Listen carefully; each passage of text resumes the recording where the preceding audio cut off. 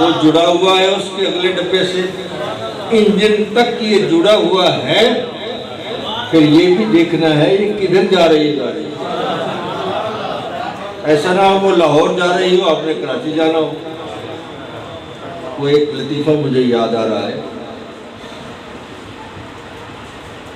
کہ ایک آدمی لاہور سے کراچی جا رہا تھا، اوپر کی برچ پہ سویا ہوا تھا، تو وہ کسی اسٹیشن پہ اترا کوئی چیز کھانے پینے کے لیے، تو جب واپس آیا تو وہ گاڑی چلی گئی، کوئی اور گاڑی آپ کھڑی ہو گئی، اس میں بیٹھ گیا، وہ لاہور جا رہی تھی۔ وہ جب ریوڈ کے قریب پہنچی تو اس میں لوگوں نے تیاری شروع کی سامان باندھنے کی، تو اس نے اوپر سے پوچھا کہ کون سا اسٹیشن آ رہا ہے؟ انہوں نے کہا جی لاہور آ رہا ہے۔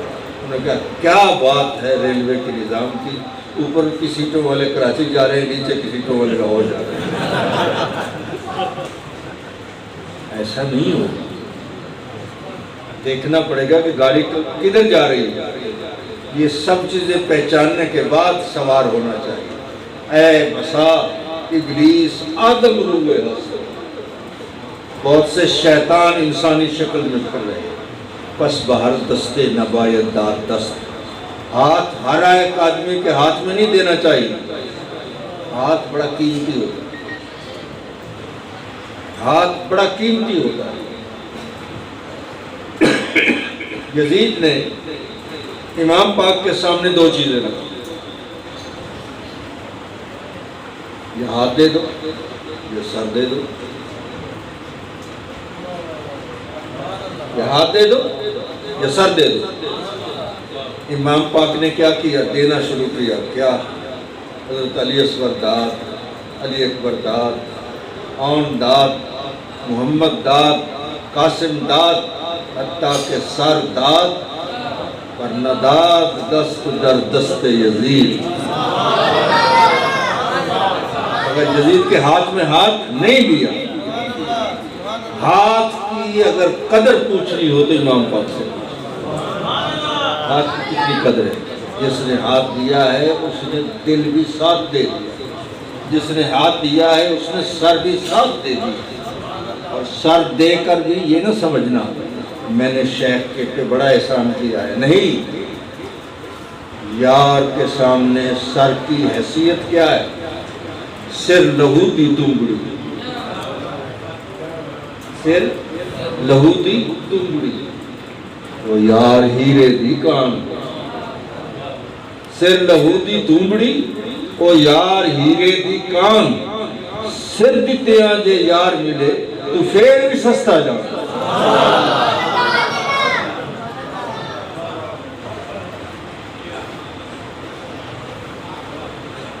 ہاتھ جو دیتا ہے عشق میں دل ہی نہیں سر بھی دیے جاتے ہیں، صرف دل نہیں سر بھی دینا پڑتا ہے۔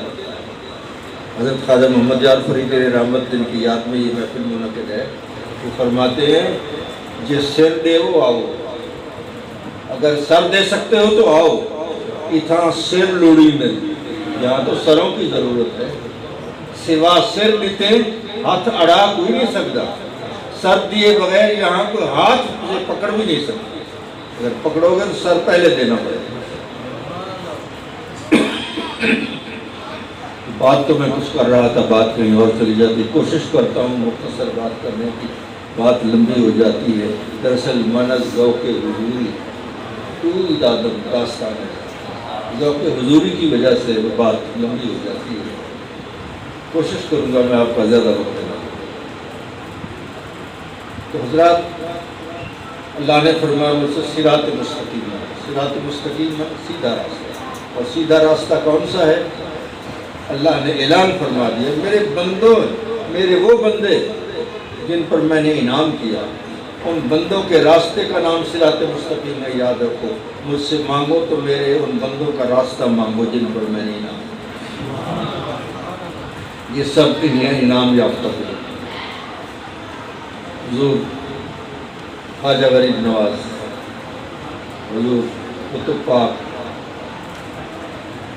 حضور بابا صاحب، حضور محبوب الہی حضور مخدوم علی احمد صابر کلیری، حضرت شیخ شہاب الدین سہروردی، حضرت مجدد الفسانی، یہ سارے وہ انعام یافتہ لوگ ہیں جن کی ہر علاقے میں ڈیوٹیاں ہیں، کسی کی کسی خطے میں، کسی کی کسی خطے میں، کسی کی کسی خطے میں، اور وہاں کے ماحول کی مناسبت سے انہوں نے احکامات جاری کیے۔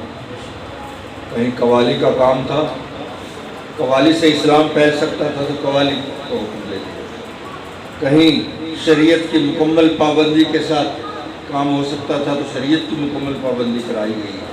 وہ بھی اسی طرف سے ہیں، وہ بھی یہی کام کر رہے ہیں، قوالی والے بھی یہی کام کر رہے ہیں، اور وہ جو شریعت کی پابندی کے احکامات جاری کر رہے ہیں وہ بھی یہی کام کر رہے ہیں۔ ہیں سبھی تجھی کو پکارتے، کوئی سوز نہیں کوئی ساز نہیں، سارے اسی کی یاد کر رہے ہیں۔ تو میں عرض کر رہا ہوں کہ اللہ نے فرمایا مجھ سے صراط مستقیم کی ہدایت مانگو۔ بہت بڑی بات ہے کہ سیدھے راستے پہ انسان آ جائے، یہ بہت بڑی بات ہے۔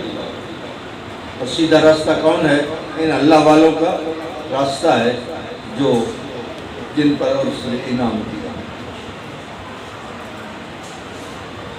اب اس راستے پہ چلنے کے لیے آسان کام نہیں ہے، یہ نہ سمجھنا کہ ٹوپی پہن لیں، رومال پہن لیں، جبہ پہن لیں اور چوکڑی مار کے بیٹھ جائیں، دو چار بندے بٹھا دیں، یہ نہیں ہوتا، یہ آسان کام نہیں ہے۔ یہ شہادت گئے الفت میں قدم رکھنا ہے، لوگ آسان سمجھتے ہیں مسلمان، یہ بڑا مشکل کام ہے۔ یہ پھولوں کا ہار نہیں ہے، یہ کانٹوں کی سیل ہے۔ اللہ نے فرمایا ہم اس راستے کی ہدایت کس کو دیتے ہیں؟ فرمایا والذین جاہدوا فینا، جن لوگوں نے ہمارے راستے میں جہاد کیا۔ جہاد کرنا پڑتا ہے پھر اس راستے کی ہدایت ملتی ہے۔ جہاد کیسے؟